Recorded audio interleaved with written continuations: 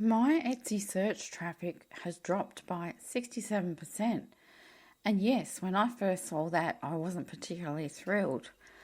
But rather than panicking and changing everything in my Etsy shop, I decided to investigate what was actually happening. So today, I'm taking one genuinely underperforming listing, putting it through eRank's current SEO tools, testing some of eRank's newer AI features, and doing some actual keyword research. Then I'm going to make some changes based on what I discover. And importantly, I'm going to track this listing afterwards so we can come back and see whether any of this actually works. Before we start, I want to show you something. According to eRank, I'm currently in the top 1.6% of Etsy sellers globally. And I'm not showing you that just to blow my own trumpet. I'm showing you because traffic drops don't only happen when you're new to Etsy. I've been selling digital products for quite a while and I still have to research, test, and adjust what I'm doing. Because Etsy changes, competition changes, buyer behaviour changes, and sometimes we need to go back and look at what the data is actually telling us. One thing I'm definitely not going to do is start changing every title and tag in my shop, because I've seen one worrying statistic. If something is already performing well, I don't want to interfere with it unnecessarily. In fact, I originally considered using my Moonlit Halloween kit for this experiment, but when I checked it in eRank, it had 99% visibility score, so I'm leaving that one alone. There's no point fixing something that isn't broken just because I need an example for a YouTube video. Instead, I went looking for a listing that genuinely needed some attention, and I found one. This is a set of printable journal cards featuring Gothic Victorian Halloween ladies. The listing has been live for approximately 10 months, and when I looked at the numbers, they weren't particularly encouraging. It has just 17 views, 3 favourites, and no sales. And its eRank visibility score is only 9%. At only 17 views in 10 months, I don't even have enough traffic to properly judge whether the product converts. So before I start blaming the artwork or deciding nobody wants the product, I want to find out why so few people are actually seeing it. And then I noticed something really interesting. eRank gives this listing an A. Excellent. So we've got an A grade listing that's had just 17 views in 10 months and has a visibility score of only 9%. And this is our first really important lesson.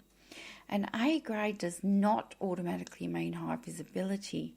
The grade tells me that I've completed lots of the structural things correctly, which means I've used all 13 tags. I've got images, I've got video, I've got a description, I've selected a category, and I've even got alt text, which is description text that you put onto each image. So technically, I've ticked lots of boxes, but ticking all those boxes doesn't automatically mean I'm targeting the searches my customers are actually making. So I'm not trying to improve my eRank grade today. I've already got an A. What I want is more qualified traffic. Before I change anything, I'm turning on eRank's tracking for this listing. That gives us a proper starting point. At the beginning of this experiment, on the 13th of August 2026, this listing has 17 views, no sales, and 9% visibility.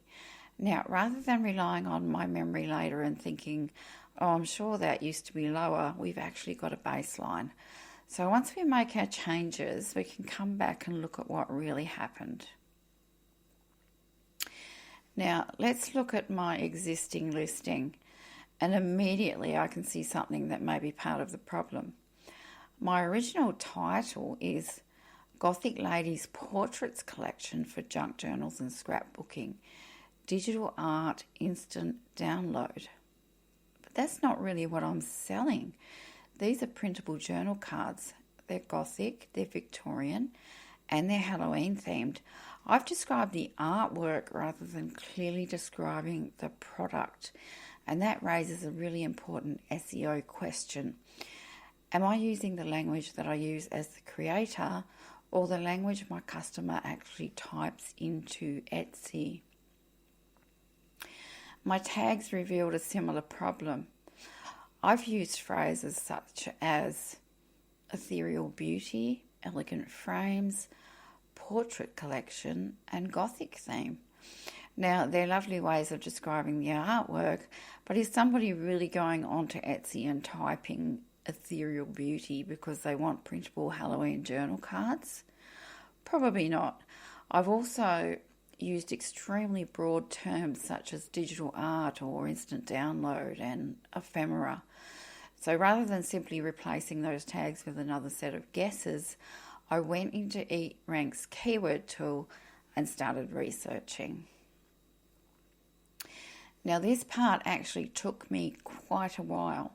I tested different ways a buyer might describe this product and compared search volume, clicks, competition, and most importantly, relevance. I'm not going to make you sit through every single search I did. Instead, I'm going to show you the interesting bits. And one keyword really stood out. The keyword was Halloween ephemera. At the time I did the research, eRank showed approximately 404 searches, 389 clicks, and a 96% click-through rate, and around 25,879 competing listings. Now, I'm not choosing this keyword simply because I like those numbers. The most important thing is that it accurately describes my product. These are Halloween ephemera, so now I've got relevance combined with some interesting marketplace data. Compare that with vintage Halloween. Now look at what happens when I research vintage Halloween. This has far more searches, around 3,505 searches and 3,379 clicks. It also has a 96% click-through rate. That sounds fantastic. But then look at the competition. Around 473,639 competing listings. Compare that with Halloween ephemera at around 25,879 competing listings. And that doesn't mean I'm throwing away vintage Halloween. It's still extremely relevant to my product, but it demonstrates something important. The keyword with the biggest research volume isn't automatically the keyword I should chase. Sometimes a smaller, more specific phrase can help us target a much more relevant buyer. I found some other useful supporting phrases too.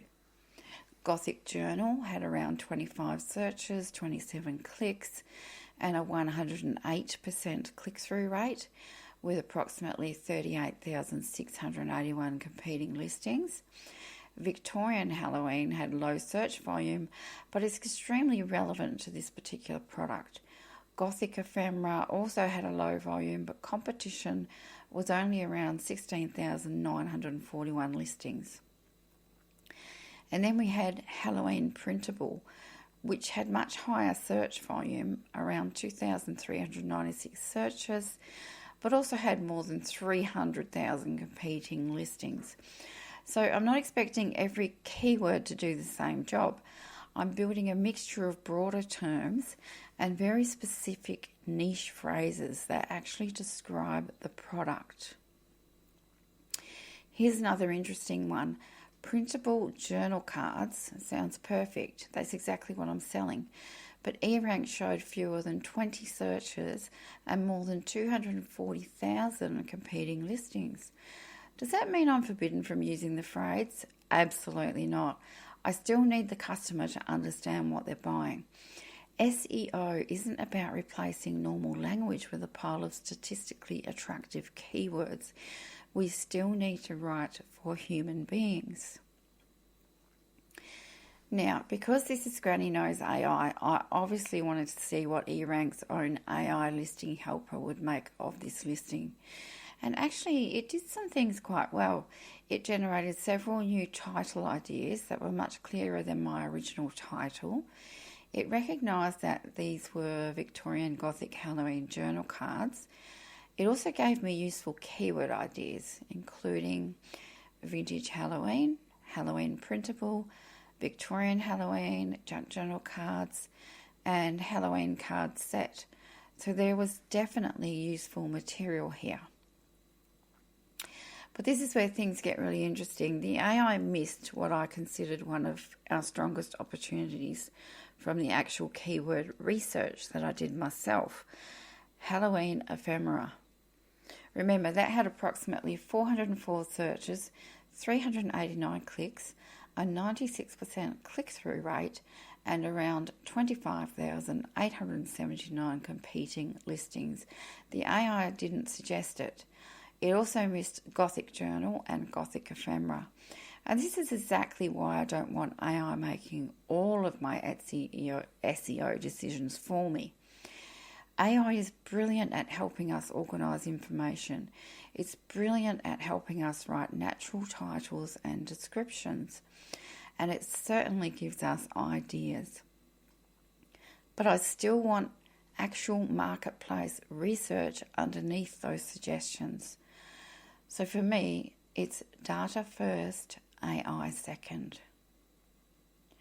There were also AI suggestions that I rejected completely. For example, Gothic home decor, Gothic stationery, Gothic art print, Gothic clip art, and fall printable set. Those might sound related to the artwork, but they're not necessarily related to what the customer is actually buying. This isn't home decor, it isn't an art print, and I'm not selling individual clip art files. I'm selling completed printable journal cards. So again, I'm not going to copy an AI-generated keyword just because the AI gave it to me. It still needs to accurately describe the product. Then I discovered another problem I'd completely overlooked.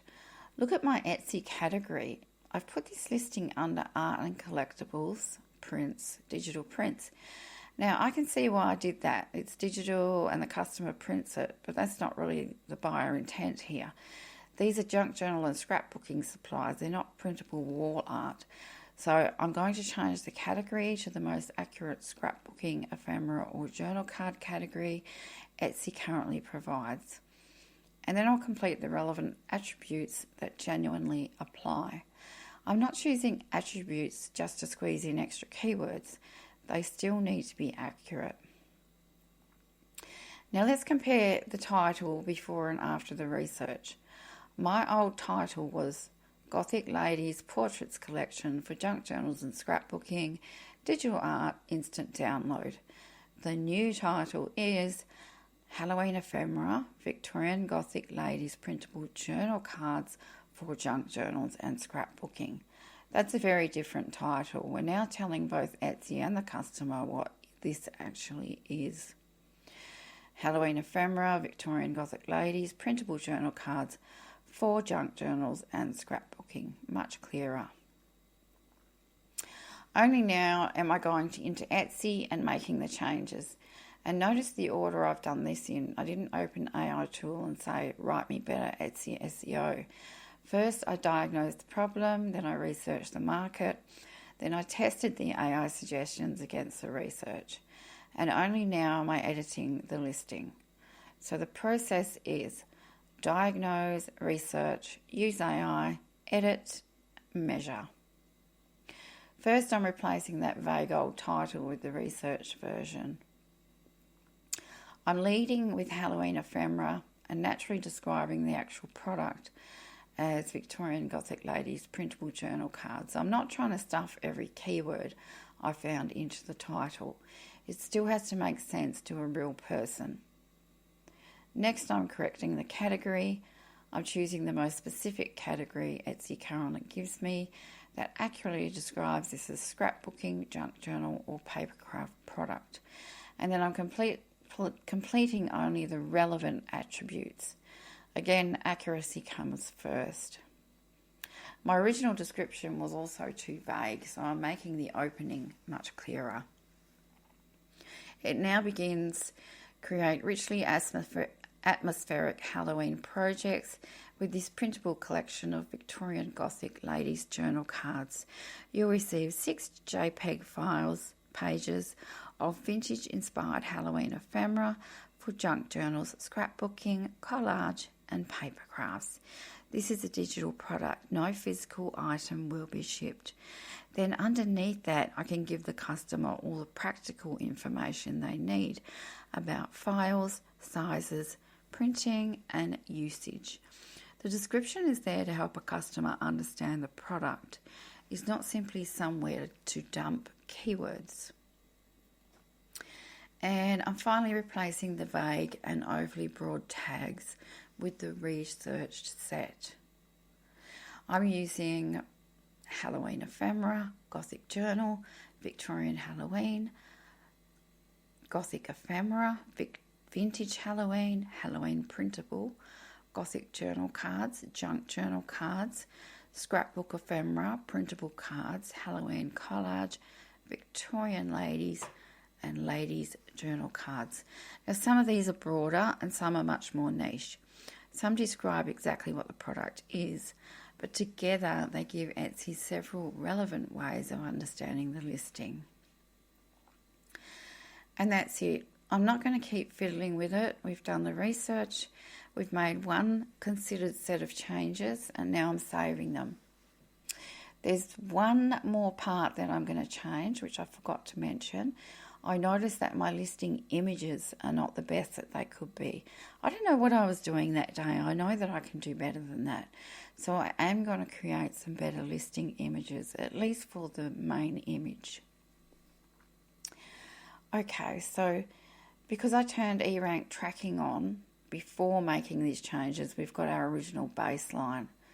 So today this listing had 17 views, no sales, and 9% visibility. So I'm going to give Etsy time to process and index these changes, and more importantly, give the listing time to collect meaningful data. Then we'll come back and compare the results, but I'll be looking at views, search terms, favourites, sales, and visibility. And I definitely think we need a part 2 to this video, because it's very easy to make an Etsy SEO video, change the title and some tags, and then announce, there you go, I fixed it, but we don't actually know that yet. What we've done today is make an educated, research-based change. Now we need evidence. So I'm going to let this listing run and then come back to eRank's changes tool and compare the results with today's baseline. And if it works, I'll show you. But if it doesn't work, I'll show you that too, because that's useful information as well. So what did I learn from this experiment? First, an A-grade eRank doesn't automatically mean you've got brilliant SEO. My listing already had an A and almost nobody was seeing it. Second, don't assume the keyword with the biggest search volume is automatically your best keyword. Third, make sure your title describes the product your customer is actually buying, not simply the artwork you've created. And finally, AI can be incredibly useful. eRank's AI gave me some genuinely good ideas, but it also gave me irrelevant suggestions. And most importantly, it missed one of the strongest opportunities I found through the actual keyword research. And that's really what Granny AI is all about. I'm not interested in using AI to replace our brains. I want to use AI to make the work easier. Research the market, give the AI good information, let it help you, and then make the final decision yourself. Data first, AI second. If you're a creative who wants to learn how to use AI to create and sell digital products without all the technical overwhelm, make sure you subscribe. And let me know in the comments if you'd like to see part 2, where we come back and find out whether these SEO changes actually made a difference. I'll definitely be keeping an eye on this listing. You'll also find links below to my digital design club and my other resources. I'm Fiona from Granny Knows AI. AI for creatives, not coders. And I'll see you in the next video. Bye-bye.